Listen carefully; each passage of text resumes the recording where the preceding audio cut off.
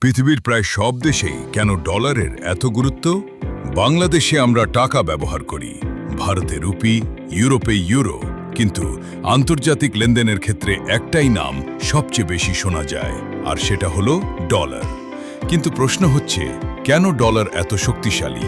কেন পুরো বিশ্ব এই একটি মুদ্রার ওপর এতটা নির্ভরশীল? আজকের এই ভিডিওতে আমরা জানব ডলারের শক্তির আসল কারণ, ইতিহাস এবং কিভাবে এটি পুরো বিশ্বের অর্থনীতিকে প্রভাবিত করছে। প্রথমেই আসি সবচেয়ে গুরুত্বপূর্ণ কারণে, আমেরিকার অর্থনীতি। যুক্তরাষ্ট্র হচ্ছে বিশ্বের সবচেয়ে বড় অর্থনীতি। এখানে রয়েছে বিশ্বের সবচেয়ে বড় বড় কোম্পানি, যেমন প্রযুক্তি, ব্যাংকিং, স্বাস্থ্য খাত, সব ক্ষেত্রেই তারা এগিয়ে। যখন একটি দেশের অর্থনীতি শক্তিশালী হয়, তখন সেই দেশের মুদ্রার ওপর মানুষের বিশ্বাস তৈরি হয়। মানুষ মনে করে এই দেশের টাকা নিরাপদ। এই কারণেই অনেক দেশ এবং বিনিয়োগকারী ডলার ধরে রাখতে চায়। এখন আসি দ্বিতীয় কারণে, আন্তর্জাতিক বাণিজ্য। বিশ্বের বেশিরভাগ বড় বড় লেনদেন ডলারে হয়। ধরো, কোনো দেশ যদি তেল কিনতে চায়, তাহলে তাদের ডলার দিতে হয়। তেল বাজারে ডলার এত গুরুত্বপূর্ণ যে এটাকে পেট্রোডলার সিস্টেম বলা হয়। মানে, পৃথিবীর সবচেয়ে প্রয়োজনীয় জিনিসগুলোর একটি, তেল, ডলারে কেনাবেচা হয়। এছাড়া বড় বড় পণ্য যেমন মেশিন, প্রযুক্তি, এমনকি আন্তর্জাতিক চুক্তিগুলোও ডলারে হয়। ফলে সব দেশেরই ডলার দরকার হয়। যখন কোনো জিনিসের চাহিদা সব জায়গায় থাকে, তখন তার মূল্যও বেশি থাকে।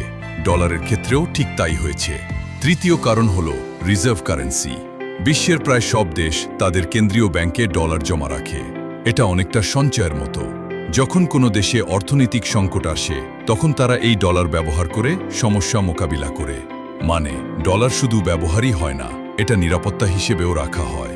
এই কারণেই ডলারের চাহিদা সবসময় থাকে। চতুর্থ কারণ, বিশ্বাস এবং স্থিতিশীলতা। ডলারকে বলা হয় একটি সেফ কারেন্সি। যখন বিশ্বে কোনো সমস্যা হয়, যেমন যুদ্ধ, অর্থনৈতিক মন্দা বা রাজনৈতিক অস্থিরতা, তখন মানুষ নিজের দেশের মুদ্রা থেকে টাকা সরিয়ে ডলারে নিয়ে যায়, কারণ তারা মনে করে ডলার তুলনামূলকভাবে নিরাপদ। এই বিশ্বাসই ডলারকে আরও শক্তিশালী করে তোলে। এখন আসি সবচেয়ে গুরুত্বপূর্ণ অংশে, ডলারের ইতিহাস। এই গল্পটা শুরু হয় দ্বিতীয় বিশ্বযুদ্ধের সময় থেকে। এই যুদ্ধে ইউরোপের অনেক দেশ ধ্বংস হয়ে যায়। তাদের অর্থনীতি ভেঙে পড়ে, শিল্প কারখানা ধ্বংস হয়, ব্যাংকিং সিস্টেম দুর্বল হয়ে পড়ে। কিন্তু তখন যুক্তরাষ্ট্র তুলনামূলকভাবে শক্তিশালী অবস্থানে ছিল। তাদের শিল্প কারখানা সচল ছিল, অর্থনীতি স্থিতিশীল ছিল এবং তারা যুদ্ধের পর দ্রুত এগিয়ে যেতে পারে। এই পরিস্থিতিতে 1944 সালে একটি গুরুত্বপূর্ণ বৈঠক হয়, ব্রেটন উডস চুক্তি। এই বৈঠকে বিশ্বের বড় বড় দেশ একসাথে সিদ্ধান্ত নেয় যে ডলার হবে আন্তর্জাতিক লেনদেনের প্রধান মুদ্রা। সেই সময় ডলার সরাসরি সোনার সাথে যুক্ত ছিল। মানে, নির্দিষ্ট পরিমাণ ডলার দিয়ে নির্দিষ্ট পরিমাণ সোনা পাওয়া যেত। এই কারণে মানুষ ডলারের ওপর আরও বেশি বিশ্বাস করতে শুরু করে, কারণ এটি শুধু কাগজের টাকা ছিল না, এর পেছনে ছিল বাস্তব সম্পদ।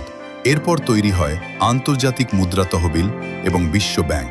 এই প্রতিষ্ঠানগুলো ডলার ভিত্তিক সিস্টেমে কাজ শুরু করে, ফলে ডলারের প্রভাব আরও বেড়ে যায়।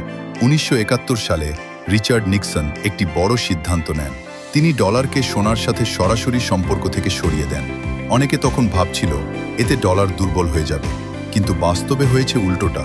কারণ তখন পর্যন্ত পুরো বিশ্ব ডলারের ওপর নির্ভরশীল হয়ে পড়েছিল। সব দেশ ডলারে ব্যবসা করছে, ডলার জমা রাখছে, ডলার ব্যবহার করছে।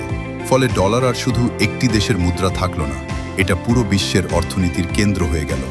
আজকের দিনে ডলার শুধু লেনদেনের মাধ্যম নয়, এটি একটি শক্তির প্রতীক। যে দেশ বা অর্থনীতি ডলার নিয়ন্ত্রণ করে, সে পুরো বিশ্বের ওপর প্রভাব ফেলতে পারে। সবকিছু মিলিয়ে বলা যায়, ডলারের শক্তি এসেছে শক্তিশালী অর্থনীতি, আন্তর্জাতিক বাণিজ্য, বিশ্বব্যাপী চাহিদা এবং ইতিহাসের এক দীর্ঘ প্রভাব থেকে। এই কারণেই পৃথিবীতে ডলারের এত মূল্য। তুমি যদি এমন আরও তথ্য জানতে চাও, তাহলে ভিডিওটি শেয়ার করো এবং আমাদের ফলো করতে ভুলো না।